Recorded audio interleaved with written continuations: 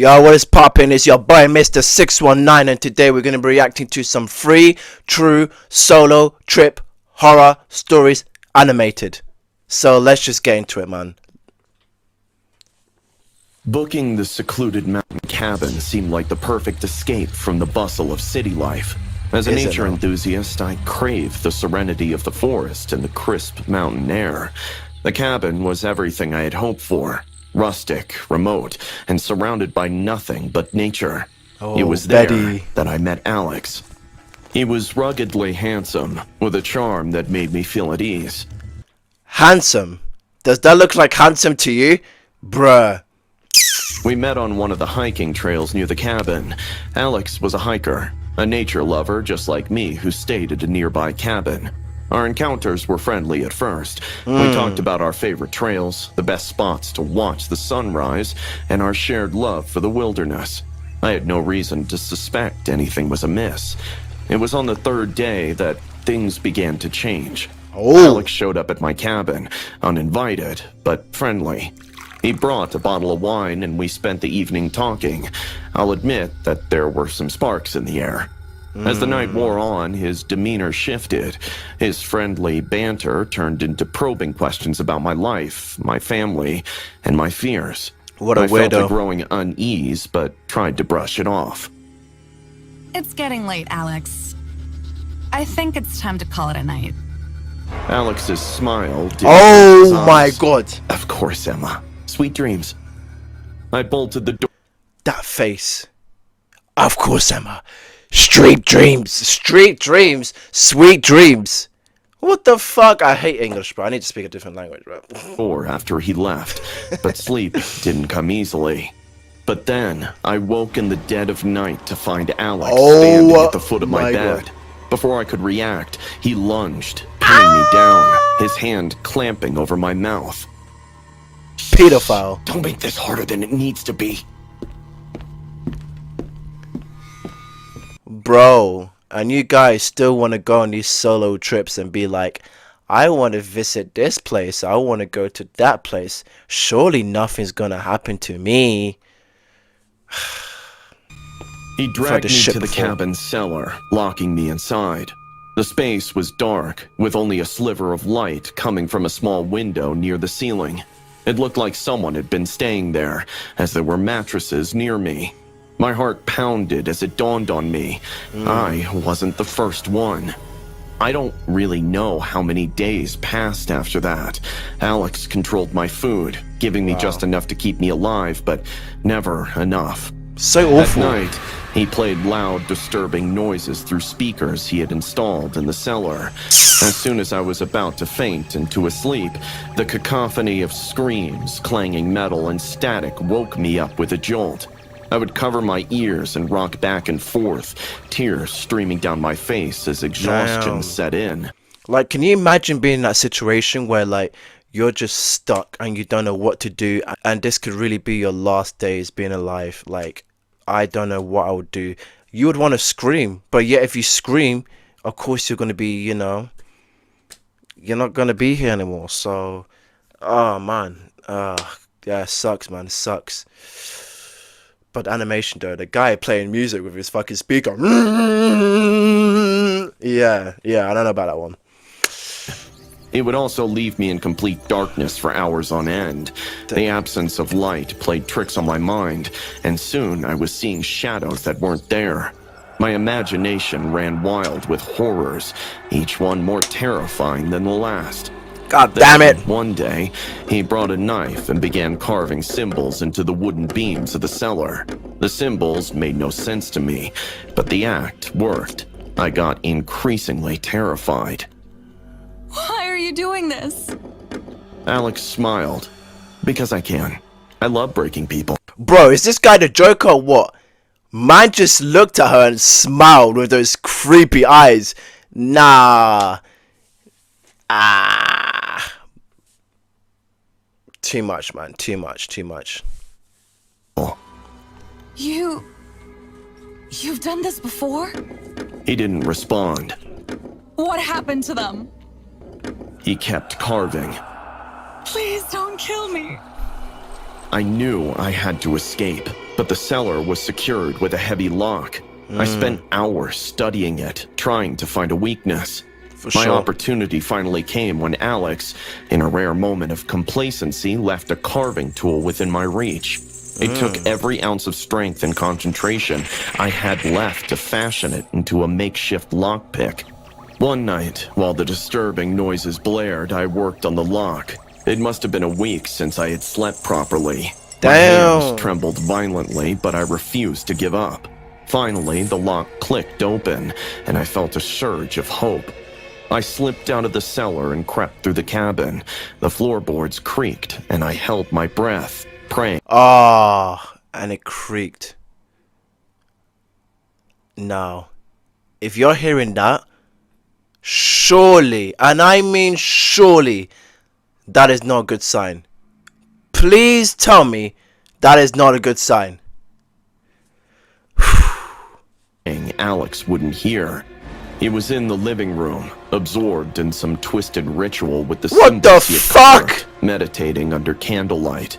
I slipped out the back door, the cold night air hitting me like a slap to the face. And then I ran through the treacherous forest as branches whipping against my skin. You go, The girl. lack of sleep had made me paranoid.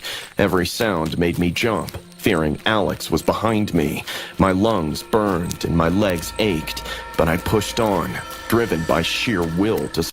And like, sorry to keep pausing again, but literally, like, overall, like, you gotta feel sorry for her, man. Like, the shit she had to go through, the fact that she was able to manage to escape, even with the creak boards making a sound, and he was too busy in his silly little world, fucking trying to do some whatever he was doing. Like, I hope this ends in a good way, but ooh. survive. I reached the ranger station just as dawn was breaking. I pounded on the door, screaming for help. The rangers found me half Thank crazed God. with fear, covered in cuts and bruises, but I was alive.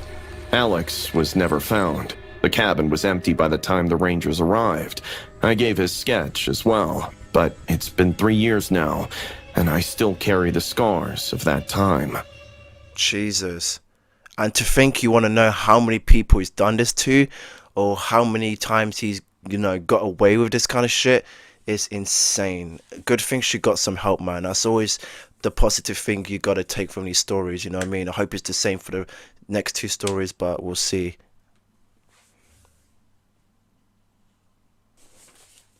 I took a solo trip to a quiet island close to Ooh. Hawaii, craving some peace and solitude.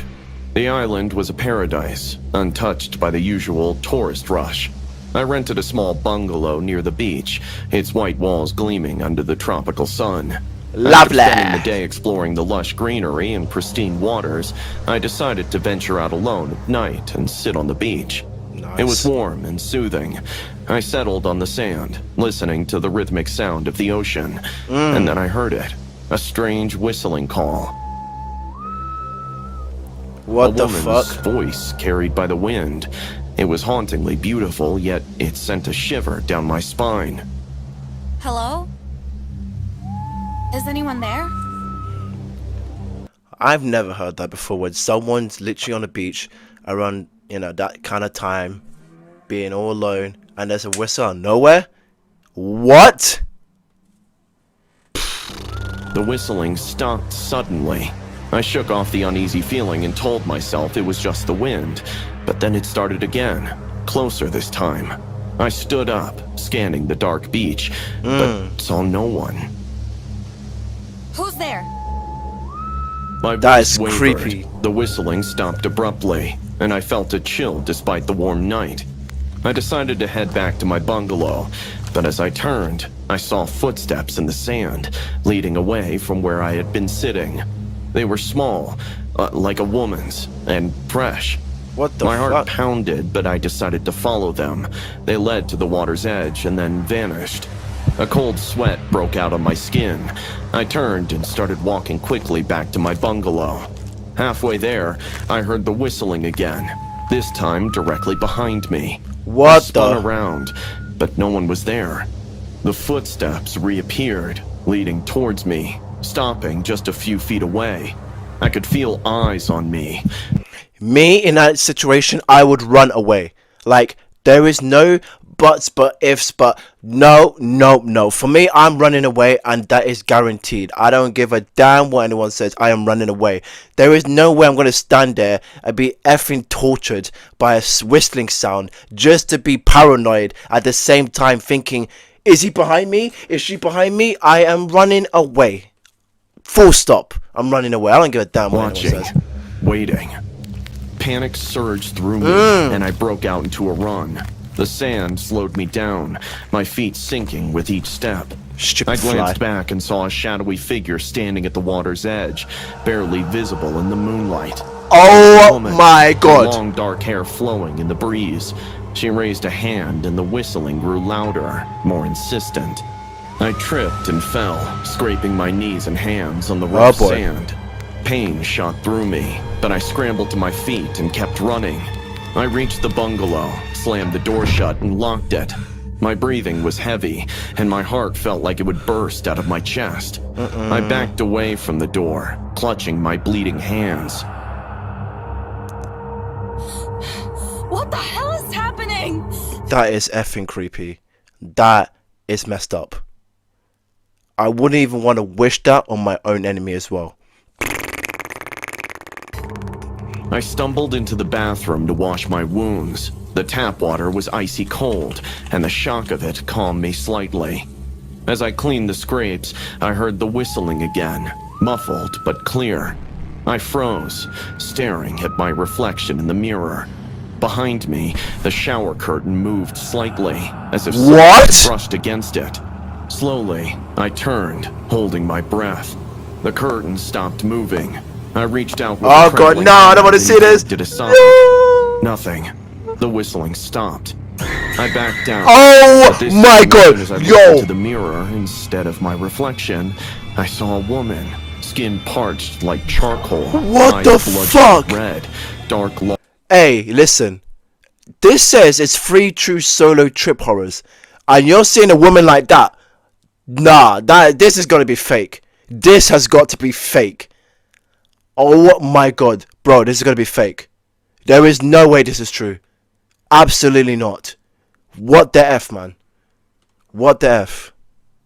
Long hair floating in the air, and teeth like scissors. I froze, unable to believe my eyes.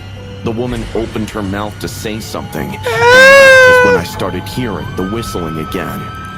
I yelled at the top of my voice and ran from the bathroom. The room suddenly felt suffocatingly small.